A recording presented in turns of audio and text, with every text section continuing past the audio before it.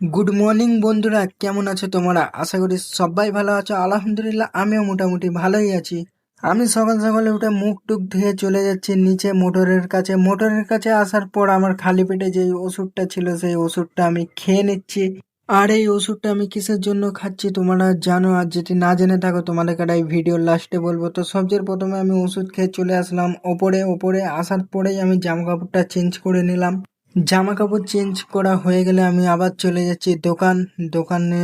যে আমি কিছু খাবার আনবো, কারণ খিদেও অনেক লেগেছে। তো ঘুরতে ফিরতে কোনো রকম চলে এলাম দোকানে। দোকানে আসার পর ভাবছিলাম যে আমি কি লুবো আর কি লুবো না, তো সেইটা ভাবতে ভাবতে আমি কিছু না কিছু কিনে নিয়ে চলে এলাম। আর কি কিনে এনেছি সেইটাই তোমাদেরকে আজ দেখাবো। তো আমি সবচেয়ে প্রথম দোকানটা চলে এলাম রুমে আসার পরেই আমি এনেছিলাম একটা বিস্কুট। সেই বিস্কুটটা এখন আমি পানি দিয়ে ভিজিয়ে খেয়ে নিচ্ছি। আর বিস্কুটটা খাওয়ার পরেও পেট ভরেনি, তাই আমি চলে আসলাম আবার ভাত খেতে, কারণ খিদেও অনেক খিদে লেগেছে। তো আমি ভাতটা এখন খেয়ে নিচ্ছি। ভাত খাওয়ার পর আমি ঘুমিয়ে পড়েছিলাম, সেই ভিডিওটা আমি নিতে পারিনি। ঘুম থেকে উঠে আমি চলে যাচ্ছি এখন গা ধুতে। তো গা ধোয়া কমপ্লিট হয়ে গেলে আমি শাহরুখ খানের মতো একটা জামা পরে নিলাম। আর জামাটা পরে কেমন লাগছে তোমরা কমেন্টে জানিয়ে যাবে। আর তারপর আমি জামা কাপড় পরে বিকাল 5টার সময় চলে যাচ্ছি দোকানে, কারণ খিদেও অনেক লেগেছে। তার আগে আমার একটা বন্ধু এসেছে দেখা করতে আমার সঙ্গে, তাই তার সঙ্গে আগে দেখা করে নেবো।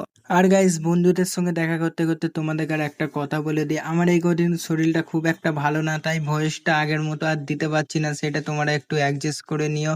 আর দোকান চলে গেছিলাম, দোকান দিয়ে আসার পরে আমি একটা বিস্কুট এনেছিলাম, কারণ আমি বিস্কুটটাই একটু বেশি খাই, যেটা খেলে আমার পেট ভরে। তো আমার বিস্কুট খাওয়া কমপ্লিট হয়ে গেলে আমি চলে আসলাম ছাদে।